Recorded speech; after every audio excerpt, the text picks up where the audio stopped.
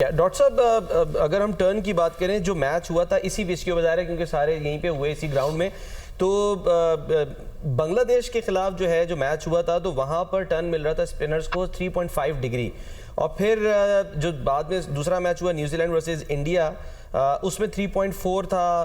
Pakistan India के match में 2.8 degree turn था, जबकि इंडिया और ऑस्ट्रेलिया के मैच में 2.7। आज सबसे कम है 2 डिग्री जो है ना वो टर्न मिल रहा है। तो क्यों मतलब न्यूजीलैंड जो है वो उससे फायदा नहीं उठा सका? मुझे लगता है न्यूजीलैंड पैनिक कर गया। शायद उनकी एक्सपेक्टेशन से कम टर्न हो रहा है, इसलिए वो शायद लंबी टर्न के लिए तैयार थी और कम टर्न हुई क्योंकि उनके सामने भी यकीनन ये स्टैट्स होंगे। तो मुझे लगता है कि उनका जो थिंक टैंक था ना, उन्होंने तक ऑफ कोर्स अपना एक प्लान दिया होगा और उसकी एग्जीक्यूशन तो ऑफ कोर्स प्लेयर्स ने करनी होती है, लेकिन शायद बड़े मैच का यही प्रेशर होता है कि आपने इसको कैसे हैंडल करना है। नो डाउट, जैसे तौफीक भाई ने कहा, इरफान भाई ने भी, कि अभी शुरू में वो पूरा मोमेंटम ले गए थे। 7 ओवर में आपने 70 स्कोर कर लगा, 10 ओवर में 70 स्कोर भी लगा दिया आपने। विकेट भी एक आपकी गिरी, उसके बाद जो 2 इकट्ठी विकेट्स गिरी, तो वो की मोमेंट था जब शिफ्ट हो गया मोमेंटम न्यूजीलैंड से इंडिया की तरफ। और उसके बाद जो शुरू में तौफीक भाई ने बिल्कुल बात की थी ना पहले सेगमेंट के, वो ये थी कि जो जडेजा और दूसरा अक्षर पटेल, ये 2 लेफ्ट आर्म हैं जिनका वो वेट करेंगे कि इनको चल अटैक किया जाए, और इंडिया भी उनका वेट करेगा कि कहां उनके ओवर निकालने हैं। तब देखिए कि उन्होंने ऊपर से जो ही विकेट गिरी वरुण ने ली और फिर कुलदीप ने विकेट्स दो ली, तो वहीं पर उन्होंने फौरन दोनों को लगा दिया। और अगर देखें तो सबसे अच्छी इकोनॉमी, हालांकि उसने विकेट एक ही ली है जडेजा की, उसी की है। उसने 10 ओवर में 30 रन दिए और 1 विकेट लेके, तो वो जल्दी से आके अपने ओवर भी निकाल के चले गए, टाइम भी बचा गए, और साथ बिल्कुल यानी कि 60 बॉलों पे सिर्फ 30 रन दे के गए। तो दरमियान के ओवर जिसमें अभी आप बात कर रहे थे, यानी कि 11वें ओवर से लेके 40वें ओवर तक सिर्फ 100 रन किए न्यूजीलैंड ने, तो वहां पर डॉट बॉल्स गैर जरूरी बहुत ही ज्यादा खेल गए।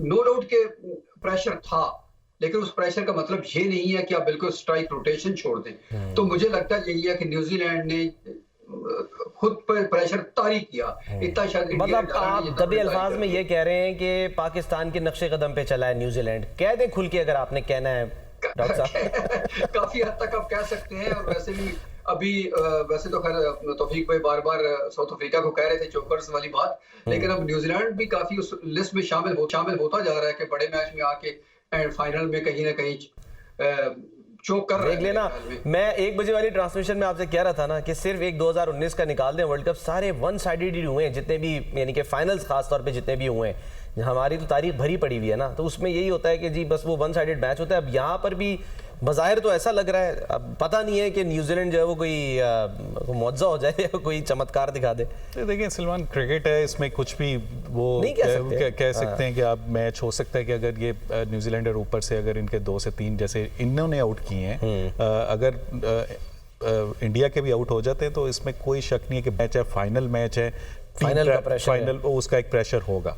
लेकिन उसके लिए वो जरूरी है कि आपने अर्ली जो है वो ब्रेक थ्रू चाहिए, आपको नए बॉल से भी आपने आउट करने हैं, और प्लस आपने जो है स्पेशली विराट कोहली की विकेट वो बहुत वाइटल होगी, क्योंकि वो जब अंदर खेलता है तो वो फिर अब खुद तो खेलता है और उसकी स्ट्राइक रोटेशन बहुत अच्छी है, फॉर्म बहुत अच्छी लगी है, बड़े मैच का प्लेयर है, और साथ साथ वो दूसरों को खिलाता है। तो आई थिंक उसकी जो विकेट है वो बहुत वाइटल होगी अगर वो आउट हो जाता है जल्दी। और रोहित शर्मा, ये 2 ऐसे प्लेयर हैं जो अगर अंदर रहेंगे तो रोहित शर्मा का तो ये है कि वो अंदर रहेगा तो उसने रोकना नहीं है, वो अटैकिंग क्रिकेट खेलता है। अगर वो 10 ओवर खेल गया पहले, तो फिर मैच मेरा ख्याल है शायद 30 ओवर में ये खत्म कर देंगे, 30-35 ओवर में ये मतलब ये खत्म कर देंगे। लेकिन ये दोनों विकेट्स जो हैं अगर जल्दी गिर जाती हैं, यू नेवर नो सलमान के ये बड़ा मैच है, प्रेशर मैच है, इसमें मतलब वही नब्स का गेम है। ऑब्वियसली अगर प्रेशर इंडियन बैटर्स पे आएगा तो न्यूजीलैंड के स्पिनर्स भी ऐसे हैं, सेंटनर हो गया या फिलिप्स बहुत अच्छी बॉलिंग कर रहा है,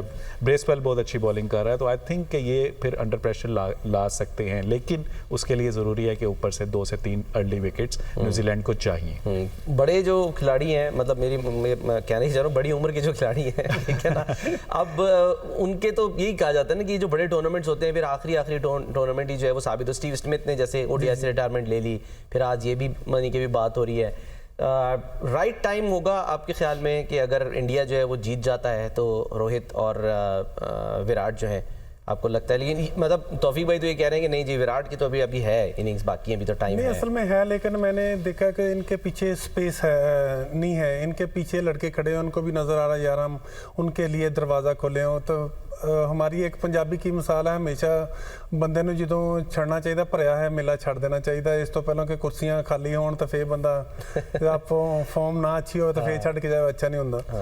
तो यही चीज़ है कि जब ये परफॉर्म करेंगे, अगर जीते हैं तो इन्होंने मेरे ख्याल में जो है कि ये वनडे से रिटायरमेंट देते हैं, टेस्ट में भी आगे कैरी ऑन करें।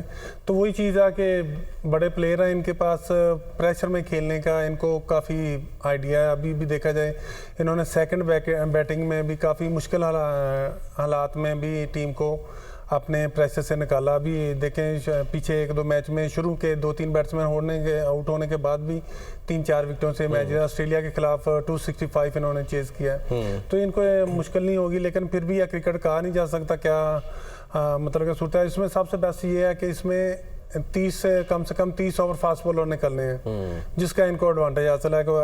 अगर इंडिया की तरफ से देखा जाए तो 40 ओवर करने होते स्पिनर को, तो उनमें आप देखेंगे जिस तरह अभी जडेजा ने किए हैं 10 ओवर में 30 रन दिए, तो शामी कर रहा है उसको देखें 10 ओवर में तकरीबन 60 रन, जिन्होंने 18 रन दिए 2 ओवर में, तो बल्कि अब तो 20 रन दे चुके हैं वो।